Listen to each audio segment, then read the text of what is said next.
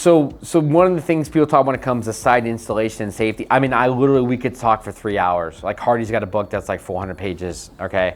And so here's what I'll tell you. So first, when it comes to safety, it's non-negotiable. And so we have all the proper insurance. We hope to never use it. And that's why we're certified in lead removal. That's why we do it right 100% of the time. This is why, we talk to guys about safety, have safety meetings. This is why we're very proactive on what that looks like, okay? So like safety is huge. And we want to make sure, by the way, small stuff like picking up nails. We have guys that walk around every day with magnets. We don't want you to mow your lawn and like hit a nail. We don't want, I've had homeowners walk around with bare feet and it's like, hey, do me a favor, put on shoes. We're really good. We want to be super clean, but put on shoes, right? So the guys have all their proper equipment, steel toe boots, they have glasses, they have all the right stuff they need to wear. It's about practicing and doing the right habits again, okay? Outside of that, when it comes to best practices, there's a couple things that you have to do that, like, I won't go through everything because again, we'll be here forever, but a couple key things you have to do. So one is, and again, it's probably the most missed thing I see, is house wrap install correctly. You can actually, Hardy won't void their warranty. They'll actually warranty the product over faulty or bad house wrap install.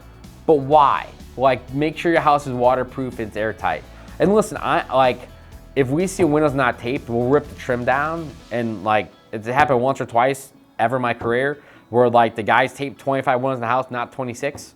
I can't explain why, they just didn't do it. We ripped down the trim, retaped it, sent a picture to the homeowner. Like, we don't mess around. Like, if I'm a warranty for life, we want everything done 100% right. I drive by job sites every day where house wrap's not taped, or if it is taped, it's taped with it's not the wrong tape, but if you're gonna go to the business of taping it, just spend the extra $200 and buy the right tape to really waterproof that opening, okay? The next thing is kickout flashing.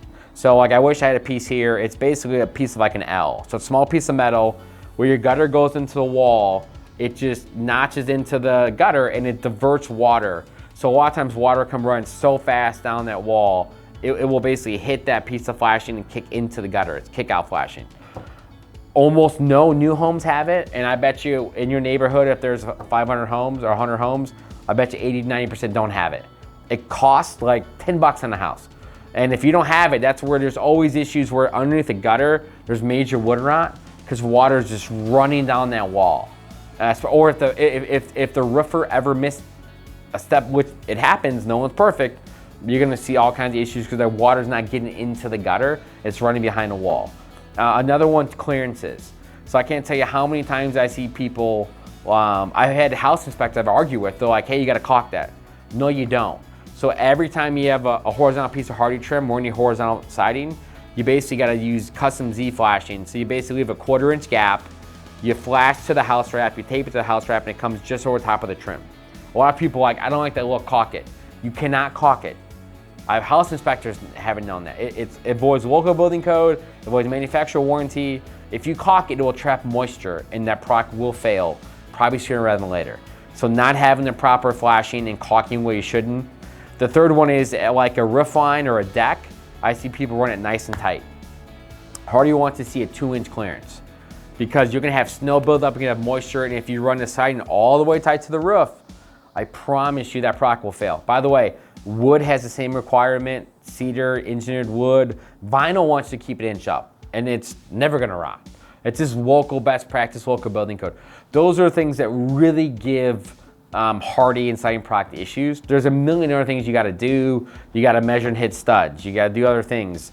But like, those are the big ones that cause claims on Hardy and other siding products.